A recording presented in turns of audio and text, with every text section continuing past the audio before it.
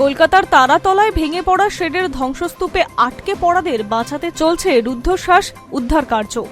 একদিকে সেনা জওয়ান, অন্যদিকে NDRF, state disaster management group, Kolkata police এবং দমকল বাহিনী মিলিত প্রচেষ্টায় যুদ্ধকালীন তৎপরতায় উদ্ধার কার্য চালানো হচ্ছে। শেষ খবর পাওয়া পর্যন্ত ধ্বংসস্তূপ থেকে এই যাবৎ 31 জনকে বের করে আনা সম্ভব হয়েছে, যার মধ্যে 16 জনকে চিকিৎসকেরা মৃত বলে ঘোষণা করেছেন। শনিবার সকালে উদ্ধার কাজ চতুর্থ দিনে পড়ল। আর কেউ আটকে রয়েছেন কিনা এখনো পর্যন্ত ধ্বংসস্তূপে তা নিশ্চিত করা যাচ্ছে না, তবে কাজ করছে। উদ্ধার হওয়া সমস্ত শ্রমিককেই তড়িঘড়ি এসএসকেএম হাসপাতালে নিয়ে যাওয়া হয়। বৃহস্পতিবার সকালেও ধ্বংসস্তূপ থেকে 5 জনকে উদ্ধার করা হয়। উদ্ধারকারী দলের আশঙ্কা, ধ্বংসস্তূপের নিচে এখনো বেশ কয়েকজন আটকে রয়েছে। তাদের খুঁজে বের করতে অত্যাধুনিক যন্ত্রপাতি ব্যবহার করছে সেনাবাহিনী। গত বুধবারের এই মর্মান্তিক ঘটনার পর থেকেই খোঁজ মিলছে না এই গোডাউন তৈরির বরাত পাওয়া ঠিকাদার আসগার হুসেনের।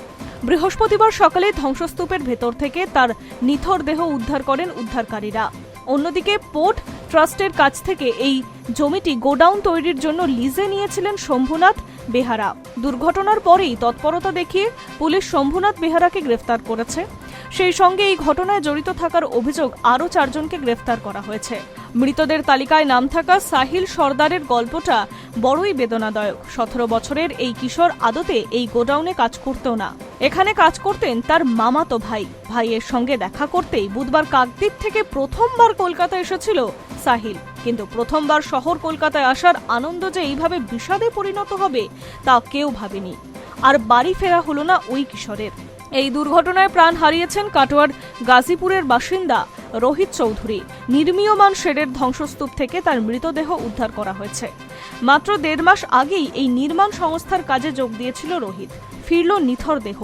গাজীপুরের চৌধুরী পাড়ায় রোহিতের মৃত্যুর খবর পৌঁছাতেই কান্নায় ভেঙে পড়েছে পরিবারের বাসিন্দারা। তবে এখনো যুদ্ধকালীন তৎপরতায় খোঁজ চলছে বলে সূত্রের খবর। Hi news network.